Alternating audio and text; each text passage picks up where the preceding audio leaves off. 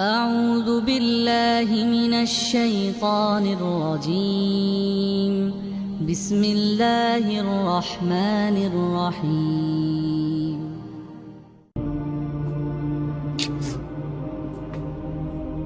Vaqtimiz ham kech bo'lib qoldi. Menimcha suhbatimizni ham oxiriga yetkazsak bo'ladi.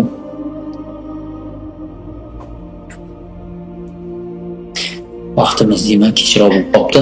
Suhbatimizni ham qisqartirsak yaxshi bo'ladi agar yana tayin bir savollar bo'lsa bitta yo ikkitaga cheklab qo'ysak yaxshi bo'ladi.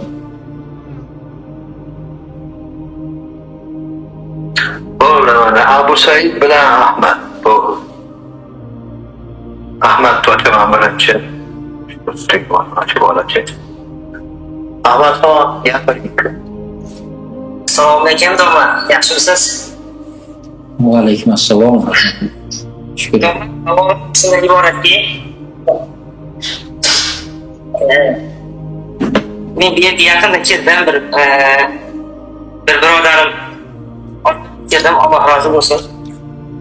Savolim shundan iboratki, biz yashab turgan Qirg'iziston, O'zbekiston yerlarida shu undan oldingisi bu xalifa islom davlati bo'lmasa musulmonlarning himoyachisi yo'q bo'lar ekan. Shuni tushunib yetdim men. Endi shuni o'zimizni birodarlarga, yaqin odamlarga, misollarga tushuntirsak, sen birpasda Hizbut Tahrir jamoatidanmisan, bunaqamisan deb birpasda yomon gaplarni, yomon fikrlarni keltirishyapti. Sababi, misol ota-onamizdan ular saytda tarbiyasini olgan, boshqa bo'lgan. Meni o'ylashimcha, birinchi Allohga tanit olish kerak. Da'vat qilayotganda, islomga chaqirganda, Alloh taoloni ular endi tanishadi, ibodatlar qilishadi, namozlarni o'qishadi. Undan keyingi da'vat qilishlik, undan keyingi shu islom davlatini barpo qilishlik holatdagi yangi osonroq uslubdagi holatlarni tushuntirib bersangiz qisqacha bo'lsa ham. Gaplaringizni tushundim. Xullas, yani siz o'zingiz tushunib yetibsiz. Alloh rozi bo'lsin, o'zi yorqin fikrlaydigan odamga yarasa katta bir muammo emas. Ya'ni har bitta narsani o'zining qo'riqchisi bo'ladi. Har bitta narsani o'zining asosi bo'ladi. To'g'rimi? Dunyoda bitta islom emas, boshqa narsalarda ham asosi bor, qo'riqchisi bor. Payg'ambarimiz sollallohu alayhi vasallam aytayapti, har bitta narsaning asosi bo'ladi, uning qo'riqchisi bo'ladi. Islom shunaqangi narsaki, uning asosi Qur'on. Uni qo'riqchisi deyapti, sulton deyapti. Nimani asosi bo'lmasa u qulab ketadi. Nimani qo'riqchisi bo'lmasa u yo'qolib ketadi. Islom qulamayotganligi uni fundamenti bor, ya'ni asosi. Asos degani endi o'rischalar fundament, o'zbekchalar poydevor. Asos degani arabcha so'z. Qur'on bo'lganligi uchun islom poydevori qulamadi, yo'q bo'lgan yo'q. Shuncha dushmanlari u bilan kurashsa ham. Lekin hayotda uni hukmlari yo'q bo'lib ketganligi uni qo'riqchisi, ya'ni sulton yo'q bo'lib qoldi. Islomda sultonlik, ya'ni saltanat xalifaniki bo'ladi. Ya'ni islomda ummatni boshqaradigan odamning nomini xalifa deydi. Bu nomda haligi o'zimizcha endi nima deymiz, xalifa deb qo'yaylik deb qo'ygan emasmiz. Uni Rasululloh sollallohu alayhi vasallam qo'yib bergan, Alloh qo'yib bergan Qur'onda bu nomda. Yani Payg'ambar sollallohu alayhi vasallam aytadi: Bani Isroilni payg'ambarlar ustidan siyosat yurgizar edi. Bir payg'ambar o'tsa uni o'rniga boshqasi kelar. Yani payg'ambarlar shunaqa odamlar ustidan siyosat yurgizgani kelgan. Men deyapti, payg'ambarlarning oxirgisiman deyapti. Mendan keyin payg'ambarlar bo'lmaydi, xalifalar bo'ladi. Va ular ko'p bo'ladi dedi. Bu Imom Muslimning sahihida keladigan, ya'ni sahih hadis. Endi xalifalar rostdan bo'ldimi desa bo'ldi. Yani Abu Bakr degan odamni eshitgansiz-a? Ahmadxon, sizga savol. Ahmadxon javob qo'yishlar. Men savol beryapman. Ahmadxon.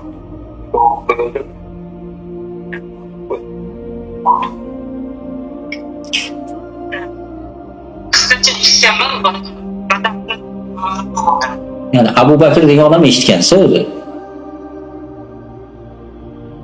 Abu Bakr ibn Abu Quhofa, ya'ni Abdulloh ibn Usmon.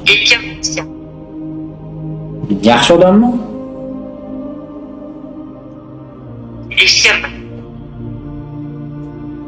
Yani qanday deb o'ylaysiz? Yaxshi odam deb o'ylaysizmi shu odamni?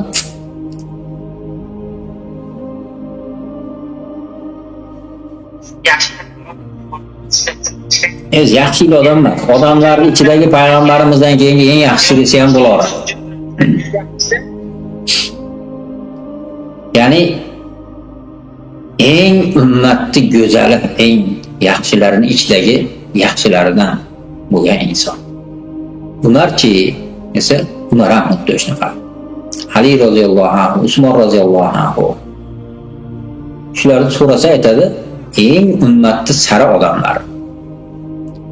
Shu sara odamlarining mansablari nima bo'lgan? Desa, to'rtalasi ham xalifa bo'lgan. Yani bugun bizga xalifa desa shunaqa bir xunuk, dahshatli, yomon, qo'rqinchli bir narsani kofir kelib aytdi. Xalifa degani bu o'y yomon, bu qonxo'r, kalla kesar. Xalifa dema, xalifalidan Xudo taolasin deb kofir shunaqa vahima qiluvdi. Biz tushunib tushunmasdan biz oramizdagi nodonlar ham shunaqa vahima qildi. Bu nodonlarning sallasi bor ham bor, sallasi yo'q ham bor, orasida har xil bor. Endi bo'pti, o'sha kofirni gapini tahlil qilib ko'raylik. O'sha qani birinchi xalifa Abu Bakrdir. Yomon odam edi. Ikkinchisi Umar edi. Yani butun o'sha o'zini davrini insoniyat hammasi Umarul Odil deb, ya'ni eng adolatli Umar deb tanigan odam. Yomon odam edi. Uni boshqargan tuzumi xalifalik edi. Uni mo'min ham xalifalik deydi, kofir ham uni boshqargan boshqaruvni xalifalik deydi. Pravedniy xalifat deydi o'g'risidan so'rasang ham. Anglisidan so'rasang ham xalifat deb. Bu shuni aytadi. Usmonni boshqaruvi qanaqa edi desa, Usmon shunaqangi hayoli inson edi, hatto farishtalar uni yonida hayo qiladigan inson edi. Payg'ambar alayhisalom shu darajada yaxshi ko'rardiki, qizlarini berib o'zlariga kuyov qilgan. Qizlari Ruqiya vafot qilgandan keyin ikkinchi qizlarini bergan, Ummu Gulsumni berib, yana o'ziga kuyov qilgan. Ummu Gulsum vafot qilgandan keyin aytadi, yana qizim bo'lsa yana Usmonga berar edim shuni deydi. Ya'ni shunaqa odamlar haqida gap ketyapti-da. U kim edi desa, islom ummatining xalifasi edi. Ali roziyallohu anhu. Ya'ni payg'ambar alayhissalomni eng yaxshi ko'rgan, eng maqtagan insonlardan bittasi. Alloh va Rasuli yaxshi ko'radi uni degan. Ertaga men bayroqni bitta shunaqa odamning qo'liga beraman, Alloh uni g'olib qiladi. U Allohni yaxshi ko'radi, Alloh va Rasuli ham uni yaxshi ko'radi. Hammamiz orzu qildik, ertalab turib shu bayroqni menga berishaydi deb. Butun o'sha yerda hamma shuni orzu qildi, ertaman turib Alini chaqir, Aliga berdi. Ya'ni Alloh va Rasuli yaxshi ko'radigan insoniyatning eng sarasidan bo'lgan odamlarda. Mana odamlar kim edi? Mansab qanaqa edi bu odamlar desa, bu odamlar xalifa edi. Qarang, qanchalik go'zal, qanchalik yaxshi Alloh va Rasuli maqtagan, Alloh va Rasuli yaxshi ko'rgan odamlarni bitta kofir, ishtonsiz bo'lgan bir ketini yuvmagan kofir yomonlagan edi. Hali bizni bechora haromxo'r, kofirni yuvindixo'r malaylari bo'lgan o'zimiz oramizdagi nomini musulmonman deydigan betavfiqlar xalifalik yomon deb odamlarga tarqatib yubordi. Bu kasofat. Bilasanmi Abu Bakr qanday odam bo'lgan? Xalifa edi, uni boshqaruvi xalifalik boshqaruvdi. Shuni sog'insak, biz ham shunaqa narsalarni qilishga shularning orqasidan intilsak, yomonmi? Lenin orqasidan intilaylikmi? Yo boshqa qayerdagi yufsizlar orasidan intilib o'shalar qurgan davlatlarni quraylikmi? Mana ular qurgan, yashagan, hukm qilgan davlatni orzu qilsak, biz ham shunaqa davlatda yashaylik desak, yeri jinoyat buni. Oy bu xalifa deganlaring, oy bu qonxo'r bo'ladi, bu yomon bo'ladi desa, xo'p deb qabul qilgan odamlarga o'zi hayron bo'lishimiz kerak. Hozir Xudo taniydi deyapsiz. Men o'ylayapman, qanaqa qilib tanir ekan Xudoni? Mana odamlar yashirin odamlar emas, bu ummatning eng saralari o'zi bularni tanimagan odam bilmadimi qanaqa musulmon ekan? ular xalifalar edi. Ularni boshqaruvi xalifalik boshqaruvi. Endi bu odamlarni bilmadim, boshqa odamlarga qiyoslaydigan odamlar emas-da. Hatto o'sha Umar roziyallohu anhu o'sha ikkinchi xalifa shunaqa bir adolat bilan boshqargan, hatto kofirlar tan bergan, sen adolating senga xotirjamlik beribdi deb kofirlarning qo'lini ko'targan. Yani o'zini xalqi bo'lsa shunaqa yaxshi ko'rgan, chunki g'amxo'r edi-da u. Hali bugungiga o'xshagan yulg'ichmas edi-da, hokimman deb yulib yeb qo'ymas edi. Ocharchilik davr boshlandi. Shularning ustiga butun musulmonlar xalifasi, bitta arablarniki emas. Saltanati bu yog'i Misrgacha bu yog'i o'sha Fors yerlarini fath qilgan, Rum yerlarini fath qilgan. Mana u davlatni boshqarib turgan xalifani uyda yeydigan narsasi o'sha bir hovuch xurmo bilan suv edi.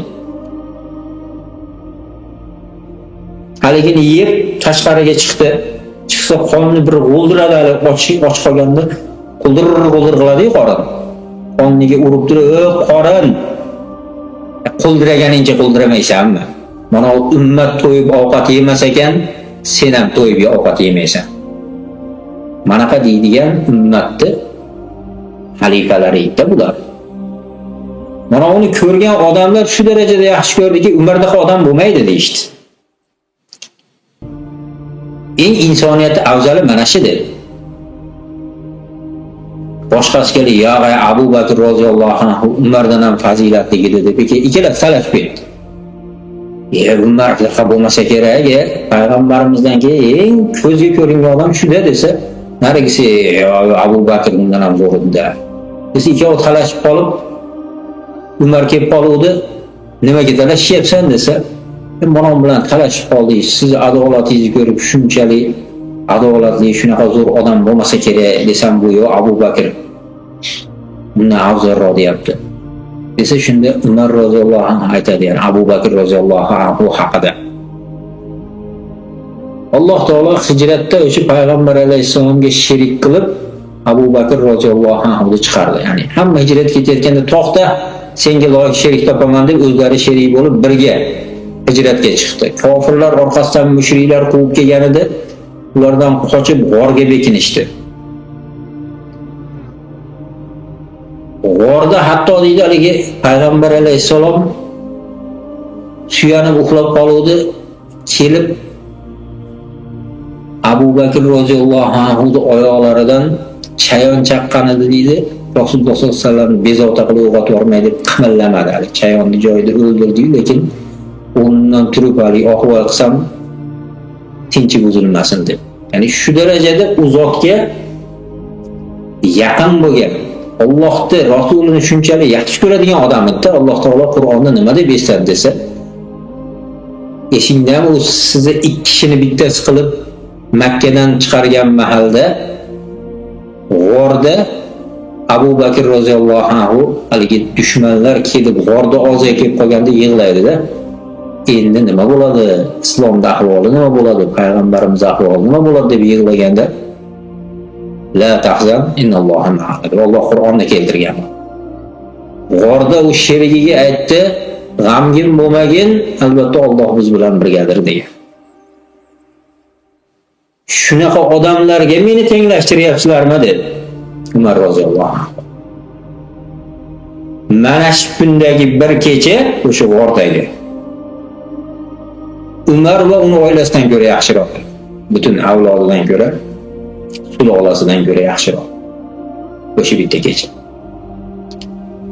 Ya'ni mana aytilayotgan odamlar hali oddiy bir odamlar emasda, ummatning eng sarasi bo'lgan, odamzodning orasidagi eng sarasi bo'lgan odamlar.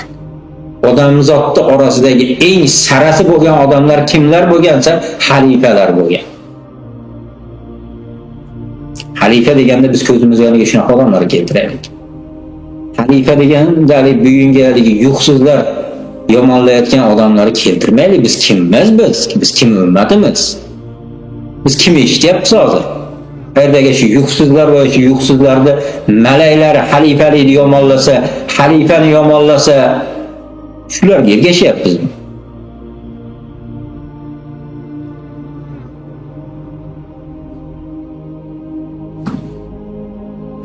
Alloh taolo bizga ham shunaqangi roshid xalifaligini bersin. Chunki bu roshid xalifaligi yana qaytib xuddi o'sha payg'ambar alayhissalomning manhajida ish olib boradigan roshid xalifalar, xuddi avvalgi o'sha Abu Bakr, Umar, Usmon, Ali radhiyallohu anhumlarga o'xshagan roshid xalifalar bo'lishligini Alloh va Rasuli va'da qildi. Payg'ambar sollallohu alayhi vasallam aytdilar, yana o'sha zolim podshohliklardan keyin, ya'ni bugungi zolim podshohliklardan keyin Alloh xohlaganda ularni ham ko'taradi va summa takunu xilafatan ala minhajin nubuwwah. Bundan keyin yana payg'ambarlikning manhaji asosidagi roshid xalifalik bo'ladi dedi. Ya'ni xuddi o'sha Abu Bakr, Umar, Usmon, Ali roziyallohu anhumlarning roshid xalifaligiga o'xshagan xalifalik bo'lishini Allohning Rasuli va'da qildi. Biz o'sha Allohning va'dasini aytyapmiz, Rasulining va'dasini aytyapmiz. Xalifalik bo'ladi yana. Allohning aytgan hukmlari yana o'rnaydi yer yuzida. Payg'ambar alayhisalom butun yer menga o'rab ko'rsatildi. Ummatimning mulki Alloh menga o'sha o'rab ko'rsatgan butun yerda hamma joyga yetib boradi. Aziz qilib kirib boradi, xorda xor qilib kirib boradi. Albatta mana va'dalar amalga oshmasdan qo'ymaydi. Bu aniq bo'ladigan narsa, bu 100% bo'ladi. Buni hech kim bunga qarshi gap gapira olmaydi. Chunki bu hadislarning ma'nosi tavotur darajasiga chiqqan, ya'ni yolg'onga kechilishmaydigan jamoani bergan qat'iy xabar. Xuddi shu Qur'on oyatlariga o'xshab hukmi bir xil. Ya'ni bu Qur'on oyatlari ham mutawatir, hadisning ma'nosi ham mutawatir. O'shuning uchun albatta xalifalik bo'ladi, Allohning hukmlari qoyim bo'ladi. Allohning hukmlaridan afzal hukm yo'q. Endi shu gapni aytish jinoyat bo'lsa, mayli, jinoyatchi deyishaversin. Shu gapni orqasidan terrorist deyishyapti, xafa bo'lmayapmiz. Agar shu gapni aytayotgan terrorist bo'lsa, unda rostdan ham terrorist ekanmiz. Chunki mana shu gap bizni qalbimizdan chiqib, u qalbimizning tubidan chiqib kelayotgan gap. Bu gapga hech qachon qarshi yurmaymiz. Bizni nima desa ham, o'ldiradimi, oqladimi, chopadimi, qamaydimi, nima qilsa ham shu gapimizda qolamiz. Chunki bu eng gaplarda to'g'risi. Shuning uchun kimdir shuni tushunmasa, mayli unga tushuntirishlik, ya'ni tushunmagan odamning muammosi yo'q. Tushunmagan odamga tushuntirishlik kerak. Lekin tushunishni xohlamagan, mana shuni tushunishni o'rniga bunga qarshi o'sha dushmanni yuvindisini ichib olib turib, o'sha yuvuqsizlarga xizmat qilish, mana bu ayb endi. Bu xoinlik, bu sotqinlik. Shuning uchun Alloh taolo o'shanaqalardan qilib qo'ymasin. O'sha odamlarga tushuntirgich kelsa, oddiygina hozirgi o'sha men aytayotgan gaplarni tushuntirib bering. Ya'ni xalifalik nima? Desa, xalifalik o'sha payg'ambarimiz sollallohu alayhi vasallam tashab ketgan davlatni u zotday qilib boshqarish. U zotning o'rniga boshqargan zotlarni shuning uchun ham xalifalar derdi. U zot qoldirgan davlatni xalifalik davlati derdi. Deydi hozir ham qiyomatgacha deydi uni odamlar. U roshid xalifaligida aqli ustida turgan. Payg'ambar alayhisalomning va'dalariga ko'ra yana shunaqangi roshid xalifalik bo'ladi. Endi o'sha roshid xalifalikda kim boshqaradi? Nima bo'ladi? Qanaqa bo'ladi? Uni ko'rinishi qanaqa bo'ladi? Shakli qanaqa bo'ladi? Kimlar nima xizmat qiladi? Mana bu narsani endi islom ummatiga o'rgatish kerak. Chunki shu islom ummati qiladi u ishni. Xalifa bo'ladigan islom ummatidagi bitta vakil bo'ladi, bitta inson bo'ladi, bitta mo'min bo'ladi u. Marsdan bitta marsiyan tushib xalifa bo'lmaydi.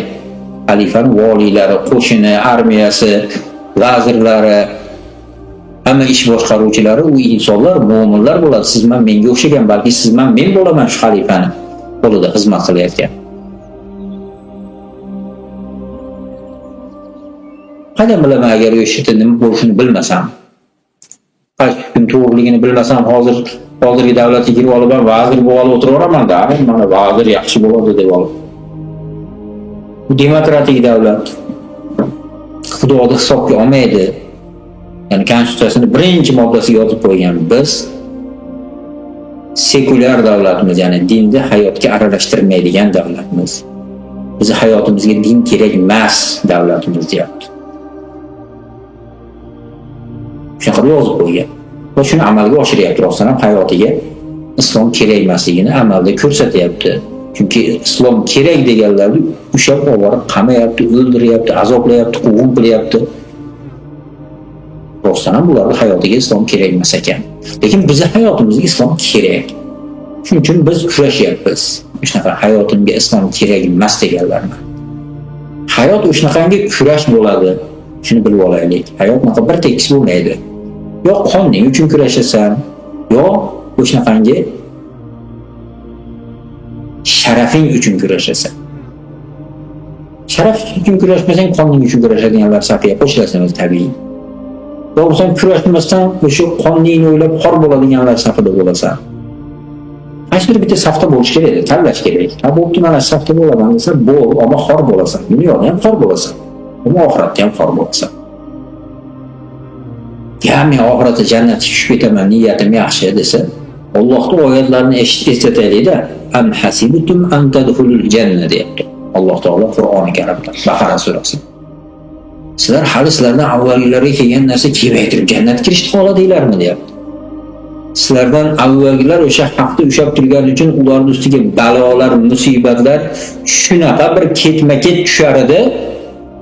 Hatto o'sha payg'ambar yonidagi mu'minlar mata nasrulloh deb ya'ni Allohning yordami qachon kelar ekan devorar edi oxir. Shu darajada ustunus bo'lardi. Ularga deyapti Allohda ogoh bo'linglar, Allohning yordami yaqin degan javob bo'ladi. Chunki bugungilarga ham xuddi shu gap. O'z-o'zidan shu bugun shunaqa qilib yurib, ko'nglim toza jannatga kirib ketaman deydigan hali fohishalarning gapi bu. Ishtonim yo'q bo'lsa ham ko'nglim toza jannatga kirib ketaman deb. Fohishaga o'sha fikrlamaylik biz, sal mo'minga o'sha fikrlaylik. Shuning uchun boshqalarga ham fikrlatishda o'zlari aqli yetadigan hujjatlarni ko'rsatib, ularni farosati ko'tara oladigan gaplar bilan tushuntiraylik. Endi albatta hamma yaqinlaringizni o'zingiz yaxshiroq taniysiz. Tabi qanchalik nozik, gapni qanchalik anglaydi, bu narsalarni o'zingiz yaxshi bilasiz. Shuning uchun o'shalarga yarasha qilib mana shu aytilgan gaplarni sodda, ravon qilib, odamlar tushuna oladigan til bilan, odamlar ishlatadigan lug'atlar bilan ishlatib tushuntirsa, menimcha aqlli odam buni tushunmasdan qo'ymaydi. Tushungisi kelmagan o'shanaqangi bir mutaassib bo'lgan, yaramas odam tushunmasligi mumkin. Bu haligi tushunsa nevigidna ekan deydi, o'shanaqa tushunib qo'ysam nevigidna bo'ladi-da. Shuni o'zimni tushunmaganga solib jinnimni yoqib olayichi degan odam tushunmaydi. Endi bir 1-2% bir haligi o'zi rostdan Xudo o'shanaqa bir to'nka qilib yaratgani uchun tushunmagan odamlar bo'lishi mumkin, ularga uzr bor. Ularga uzr bor agar shunaqa bo'lsa. Yo'q, unaqa emas, o'zini to'nka bo'lmasa ham to'nkaga solib jinnini yoqib oladiganlarga uzr yo'q. Ularga chiroyli qilib aytsangiz tushunadi. Xohlasa bo'yin tovlasin, xohlasa tushungan narsasiga amal qilsin endi. O'zini ishi.